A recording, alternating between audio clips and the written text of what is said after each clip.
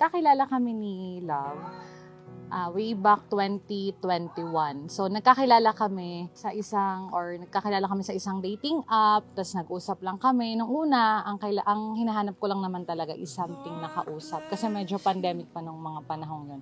And then, hindi namin namalayan na sa pag-uusap na yun, dun pala mag-i-start yung love story naming dalawa. Sabi nila, napakabago pa lang namin, 2 taon. Pero for 2 years na yun, ang dami naming naisip na bagay-bagay na pinagtagumpayan namin. Siguro wala sa tagal talaga ng panahon eh. Mga minamahal, nagtitipon tayo ngayon sa harap ng Diyos at ng kanyang mga hinirang upang ipagdiwang ang pag-isang dibdib ni Junel at ni Angie upang pumasok sa matrimonyo ng kasalan. Love, ito na ang araw na matagal nating hinihintay. Ilang araw tayong pagod, puyat at nag-iisip. Daanan man tayo ng unos, ito pa rin tayo nakatayo sa harap ng Diyos.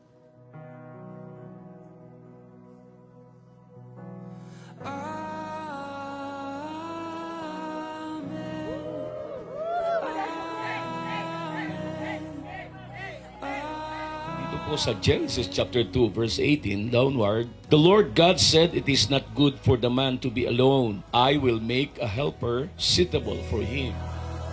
Tayo kayo, G. Mahal lang kayo bilang mag-asawa. Magtulungan. Mahal na mahal ka namin. Kahit anong mangyari, nandito lang si Mama.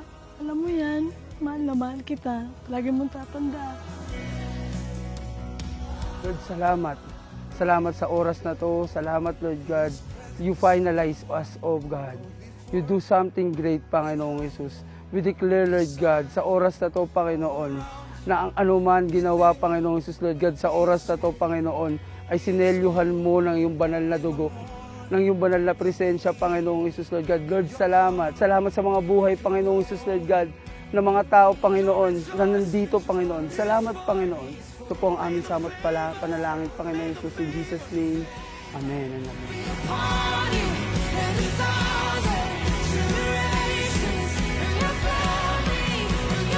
Pagkat amin pong pinapahayag na sa araw na ito, mag-umapaw sila sa katuwaan at kagalakan bilang mag-asawa. Maging kagaanan sa kanila anumang pagsubok ang dumating. Anuman ang sitwasyon ng kawalan at pagtitiis ay kaya nilang lagpasan dahil silang dalawa ay nagkakaisa.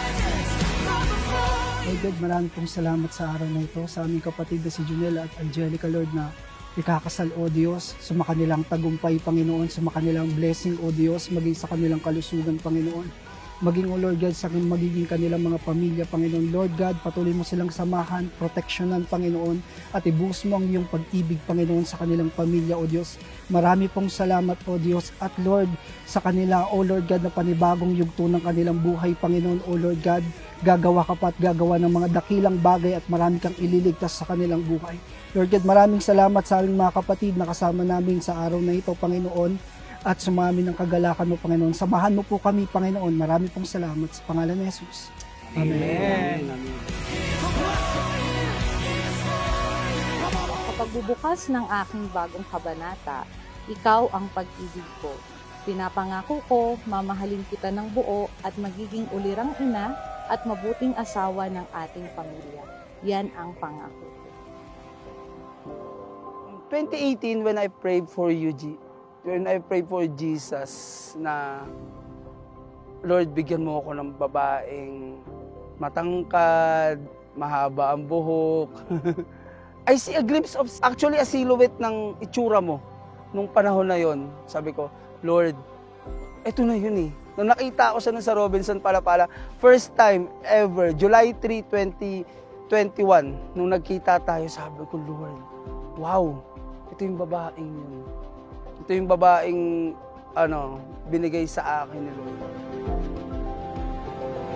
Sila bilang boyfriend ay isang napakamaalaga. Lahat na ata ng gugustuhin mo sa isang boyfriend ay nasa kanya. So, yung mga ginagawa dati or yung mga panliligaw dati, nag-iigib siya sa bahay namin, naghuhugas, naglalaba. So, lahat yun naranasan ko sa kanya. Kaya doon pa lang, kahit hindi pa siya nagtatanong, nabubuo na sa isipan ko na itong taong to, ito yung gusto kong makasama habang buhay.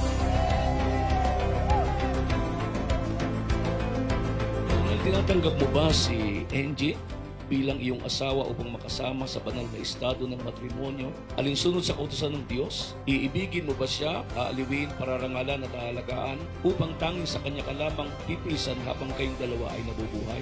Opo, Pastor. Angie, tinatanggap mo ba si Junel bilang iyong asawa upang makasama sa banal na matrimonyo? Alinsunod sa kautusan ng Diyos, iibigin mo ba siya, aaliwin at pararangalan at tatalikuran ng lahat upang tanging sa kanya ka lamang pipisan habang kayong dalawa ay nabubuhay? Opo, Pastor. Mabuti mong tao, kahit na hindi nakikita ng iba, ang mahalaga naman ay ako yung taong nakakakita at nagmamahal sa iyo ng totoo. Salamat sa respetong binibigay mo sa akin araw-araw. Mamahalin kita, paglulutuan, gagawing Disney princess. See you later. I love you. Teka sa akin mamaya.